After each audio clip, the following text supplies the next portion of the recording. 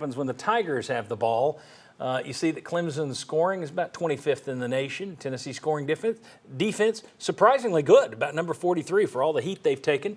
And even with the South Carolina game, giving up 63 points, still only gave up 23.5 per game, which isn't bad considering the speed of that offense that they're paired with. Clemson's rush offense, not great. Tennessee's rush defense is actually better. We'll see how that holds up on Friday coming up. And then the pass offense versus Tennessee's pass defense. We know what the liability is for Tennessee. It's that secondary. So Justin Hamilton back with us. We're going to take a look here at the Wipey board. We've got it. Justin, I want to ask you, Dabo Swinney's taking a look. You've game planned against this guy. They're going to try and take a look at what has given Tennessee trouble. And the most recent game that really gave Tennessee trouble was South Carolina. So when it comes, I'm going to ask you about the run game. I'm going to ask you about the pass game, how South Carolina attacked Tennessee, and why specifically they attacked Tennessee in this way, and if you think Clemson will try and do the same. So let's start with the pass game, which you have already drawn up here on the field. Yeah, so Tennessee plays a lot of cover 3 defense, which is both corners having a deep third of the field and a middle of the field safety playing the middle of the field. The first thing an offensive coordinator wants to do is how do we run 4 vertical routes so that we can then create 4-on-3 down the field. You want to stress the seam area in that middle of the field. 2 receivers. If this is a tight end, you probably don't feel as stressed, but easily can be a wide receiver there and you get the same effect. The safety really can't be right in this situation, and South Carolina was able to hurt Tennessee a lot with those pictures. So basically, if you're able to drive one corner here, one corner there, he's left to pick the 2 guys in the middle. It's 2-on-1. That's correct. The corner's doing the same thing. The corner, we teach a midpoint concept, but either way, he can't be right either. If it's an outside throw, if the quarterback has the arm strength to make that, you have those available too. Tennessee runs that cover 3 single high safety a lot. You've talked about that all year. They did against South Carolina go to a cover 4. Was that the adjustment you would have made as well in that game? When you get 4 vertical routes, cover 4 is a good answer. The problem is now it's 4 one-on-ones down the field. So it's better, but it's still, if your players aren't as good as the other team, it's difficult. And it didn't work for Tennessee that night because by the time they went cover 4, you already had 2 of your starting corners who were out of the game. And it's not what they do as much. So they don't have as many practice reps in executing that. There you go. Okay, now that's the pass game. I'm going to let you draw here. Explain to me how South Carolina will attack Tennessee in the run game. And again, it gets back to that cover 3 single high safety. That's correct. And in the run game, the difference is now that post safety defender, he is your mathematical balancer if a team wants to run their quarterback. So as we take a look, if I can get this drawn, you have in this picture, very simple, Tennessee has their defenders with all of their gaps as we... Can you draw with it? I can draw it. Yes, okay. I can. He's a pro.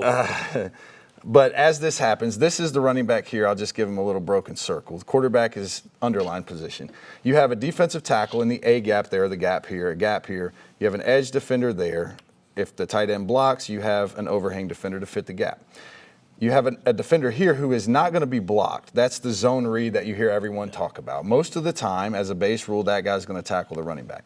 The issue then becomes your next defender, whether he gets a route or he's getting blocked, is way out of the picture. If you are designing runs for your quarterback, now this defensive end is stuck where that is a long way when you look at an actual field. For this defender to beat a block or this defensive end who's not as good an athlete as the quarterback to be able to play the C gap for the running back and chase the quarterback, your next available defender is standing here in the post. If you want to take quarterback run game away, you have to get this defender closer to playing cover 3. And then you're asking them to take shots over top. And then you're asking them to take shots over top, which is where in Clemson, when they've been really good, they have a receiver that they can take advantage of in those situations.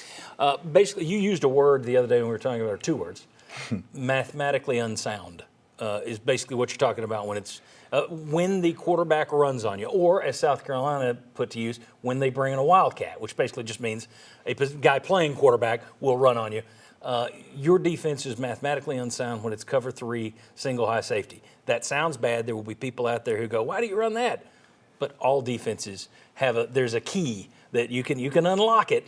And that happens to be the unlockable issue with this defense. That is correct. You see this defender here, and there's mathematically the only way that you can account for a running quarterback is in terms of not saying our guy's better than yours. you've got to take him out of the post. You've got to put him down into the box to account for the quarterback, which is why in the NFL, tons of post safety defense, nobody can handle Lamar Jackson running the ball when he's healthy. Let me ask you another question here. Now, we've debated this back and forth. How much did Jeremy Banks' absence hurt Tennessee against South Carolina? I don't think it was the difference in the game. I think it was a big difference, though. I don't know that all right, maybe you lose 45-38, 63-38, but they look confused. They look lost out there, especially that Wildcat hit them hard. My question, and at the time of us taping this, no, we're not here live on Christmas Eve, but at the time we taped this, we weren't aware of whether or not Banks was going to be ruled, whether he was going to be playing or not. Maybe by now that has been brought up. If he doesn't go, and you're Clemson, how much are you licking your chops after watching that South Carolina tape? Well, you certainly are, and that's going to be playing into the hands of Clemson because they're already sending a lot of guys in motion. They're going to pull offensive linemen opposite directions. Sometimes it's with the run of the running back, and sometimes it's a fake run with the running back away from the pullers, the quarterback coming behind those offensive linemen. If you have a Mike linebacker that can get everything communicated, has great instincts and vision, you feel good about that. If not, you feel very concerned about that as a defense coordinator. Their new quarterback, Cade Klubnik, ran for 30 yards and a touchdown off the bench the other day. He is mobile. I don't know that you would consider him. We'll have to see. He hasn't started a game yet. Played in one game. How mobile he is could be a big tale of whether or not Tennessee does well in this ballgame. And traditionally, at least in the Dabo Swinney era, Clemson's going to run their quarterback. That's been proven. Some are better than others, but they're going to run their quarterback. So you're going to have to go into this game with a plan of how we're going to handle design quarterback runs. Very good. Justin, I appreciate it.